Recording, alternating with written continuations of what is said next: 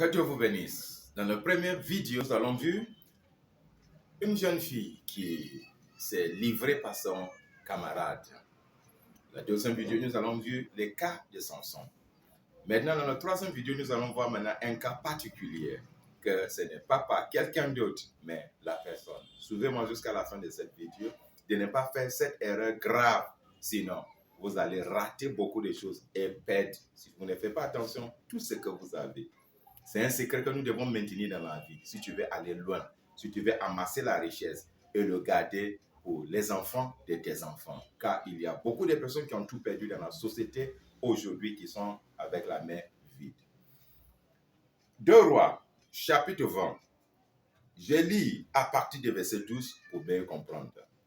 En ce même temps, Bérodac Baladen, fils de Baladen, roi de Babylone, envoya une lettre et un présent à Ézéchias. Une lettre et un présent. On ne sait pas le contenu de ce présent. Car il avait appris la maladie d'Ézéchias. Ézéchias était malade et il vient maintenant au moins pour l'encourager, pour le soutenir, pour lui dire Yako, comme de chez nous ici en Côte d'Ivoire.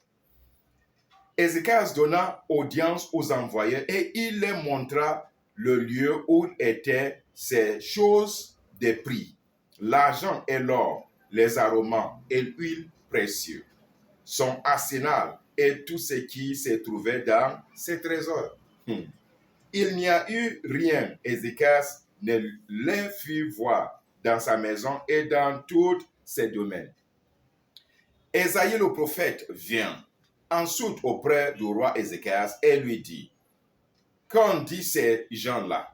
Et d'où sont-ils venus vers toi? Ézéchias répondit, et ils sont venus d'un pays éloigné de Babylone. Ésaïe dit encore, qu'ont-ils vu dans ta maison? Ézéchias répondit, ils ont vu tout ce qui est dans ma maison. Il n'y a rien dans mes trésors que je ne les ai fait voir. Alors Ésaïe dit à Ézéchias, écoute la parole de l'Éternel. Voici, les temps viendront où l'on apportera à Babylone tout ce qui est dans ta maison et ce qui tes pères ont amassé jusqu'à ce jour. Il n'en restera rien, dit l'Éternel. Et l'on prendra de tes fils qui seront sortis de toi, que tu auras engendrés, pour en faire des eunuches dans le palais du roi de Babylone. Je m'arrête là. Bien-aimé, la Bible nous dit que Ézéchias était malade, souffrant. Et nous savons dans la vie, nous avons les alliés. Des personnes que nous avons autour de nous ou qui sont loin. Un roi a besoin de rois autour de lui. Des amis rois. Vous voyez? Et parmi ces rois, il y a des adversaires comme les ennemis cachés, mais qui ne révèlent pas les intentions maintenant, ni demain.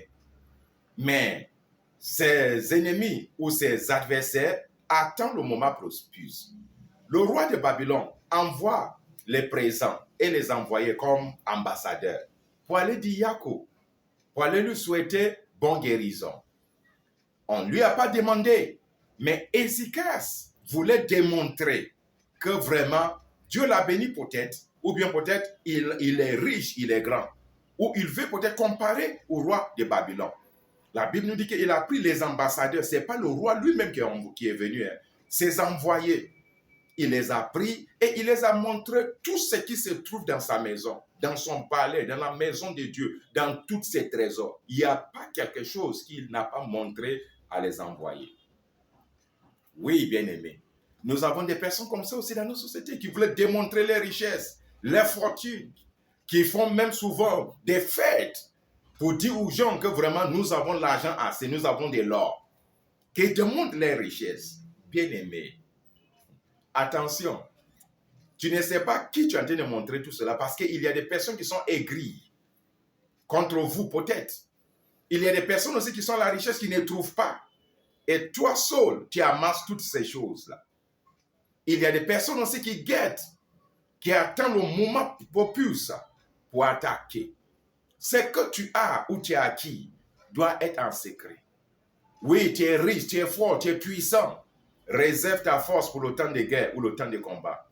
Ne fais pas les choses bien-aimés. Et regarde la vie de la plupart des personnes qui font toutes ces choses-là. Ils sont où aujourd'hui? Ils se sont livrés eux-mêmes. On ne les a pas demandés. Ce n'est pas un ami qui l'a livré. Ce n'est pas un ennemi qui l'a livré. Ce n'est pas une personne de sa maison ni dans son palais qui l'a livré. Mais Ézéchias s'est livré lui-même. À la fin de sa vie, de ses jours, il a tout perdu et ses enfants étaient en exil, servant comme les esclaves d'un pays éloigné. Est-ce qu'on t'a demandé de déclarer ton salaire? Est-ce qu'on t'a demandé de déclarer tout ce que tu as? Non.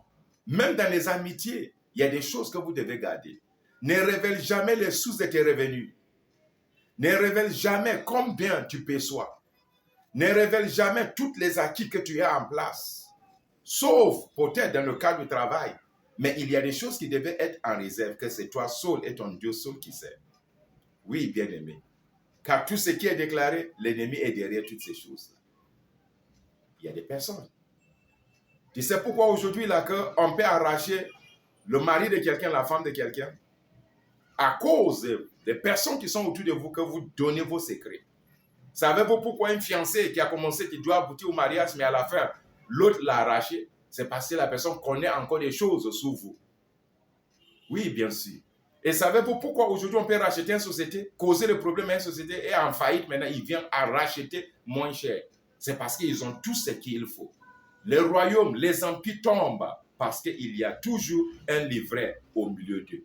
Mais le plus grave, c'est quand quelqu'un lui-même se livre. Qu'est-ce qu'on peut faire pour cette personne-là? Alors, faisons très attention. Car quand tu te livres, il sera très difficile pour te racheter de nouveau. Que Dieu vous bénisse, que la grâce de Dieu soit avec vous. Et dans le quatrième vidéo maintenant, je vais révéler maintenant les signes qui annoncent que quelqu'un est dans la main de ses ennemis parce qu'il s'est livré ou quelqu'un l'a livré. Je suis votre serviteur, John Armstrong.